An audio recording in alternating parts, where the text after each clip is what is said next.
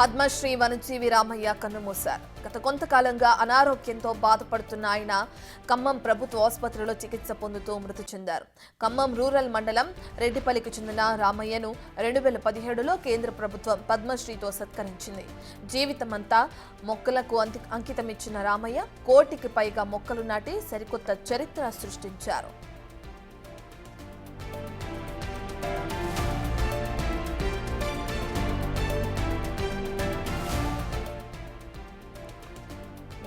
పద్మశ్రీ వనజీవి రామయ్య కన్నుమూశారు. అయితే ఆయన గత కొంతకాలంగా అనారోగ్య సమస్యలతో బాధపడుతున్నట్లు కూడా తెలుస్తుంది. ఇక అదే కారణంగా ఆయన ఖమ్మం ప్రభుత్వ ఆసుపత్రిలో జాయిన్ చేశారు. ఇక ఆయన అక్కడ చికిత్స పొందుతూ కూడా మృతి చెందినట్లు కూడా తెలుస్తుంది. అయితే ఆయన ఖమ్మం రూరల్ మండలం రెడ్డిపల్లికి చెందిన వ్యక్తిగా తెలుపుతున్నారు. 2017లో కేంద్ర ప్రభుత్వం అతన్ని పద్మశ్రీతో సత్కరించడం కూడా జరిగింది. అయితే తన జీవితం అంతా మొక్కలకు అంకితం ఇచ్చిన రామయ్య ఇప్పటికే కోటికి పైగా మొక్కలను నాటడం కూడా జరిగింది.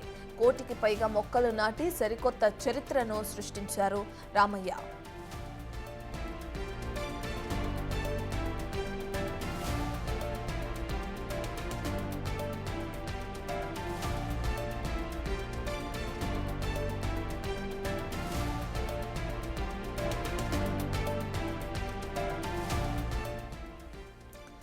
రైట్, ఇక మొక్కల్ని పెంచడం ఎంత ప్రాముఖ్యమో మనందరికీ తెలిసిందే. అయితే కోటికి పైగా మొక్కల్ని పెంచారు రామయ్య ఇప్పటి వరకు తన జీవిత కాలం మొత్తంలో.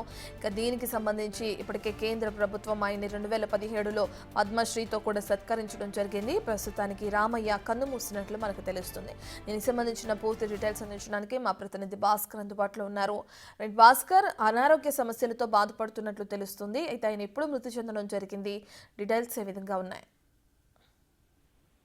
నిన్న సాయంత్రం నుంచి కూడా వనజీవి రామయ్య కాస్త అస్వస్థతతో గురవుతున్నట్టు కుటుంబ సభ్యులు చెప్తున్న నేపథ్యం అయితే ఉంది. మరోవైపు చూసుకుంటే వనజీవి రామయ్య గత 15 సంవత్సరాల పై చిన్నతనం నుంచే అతనికి చెట్లపై ఉన్న మమకారంతో ఆయన చుట్టుపక్కల ప్రాంతంలో కావచ్చు, తన స్వగ్రామైనటువంటి రెడ్డిపల్లి గ్రామంలో కావచ్చు, మొత్తానికైతే మొక్కలు నాటుకుంటూ వచ్చేటువంటి నేపథ్యం ఉంది.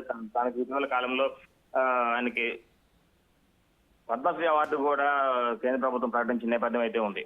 మొత్తానికైతే వనజీవి రామయ్య యొక్క ప్రస్థానం చెప్పుకుంటే పోతే ఆయన తన గురించి కొన్ని పుస్తకాలలో కూడా ఇంటర్మీడియట్ కావచ్చు, 7th క్లాస్ పుస్తకాల్లో కూడా ఆయన గురించి ప్రత్యేక చాపర్ కూడా ఉన్నది.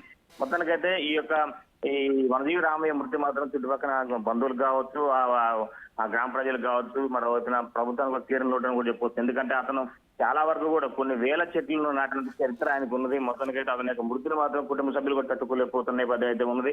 అయితే ఇప్పటికే దీనికి సంబంధించి ప్రభుత్వం కూడా దీనిపై ఆరా తీసిన నేపథ్యం అయితే ఉంది. అయితే ప్రభుత్వ అతను ఏదైతే పద్మశ్రీ అవార్డు తీసుకున్నా ఆనాటి నుంచి ఇంకా బాధ్యత పెరిగి అతను చుట్టుపక్కల ఇంకా మరి కొన్ని గ్రామాల్లో కూడా మొక్కలు పెంచేందుకు కూడా ప్రత్యేక చర్య కూడా తీసుకున్న నేపథ్యం అవుతుంది. అంటే గత 2 రోజుల వరకు కూడా అతను వివిధ ప్రాంతాల్లో అంటే చెట్లకు సంబంధించినటువంటి గింజలు కూడా చల్లుకుంటూ పోతున్న నేపథ్యం అయితే ఉంది.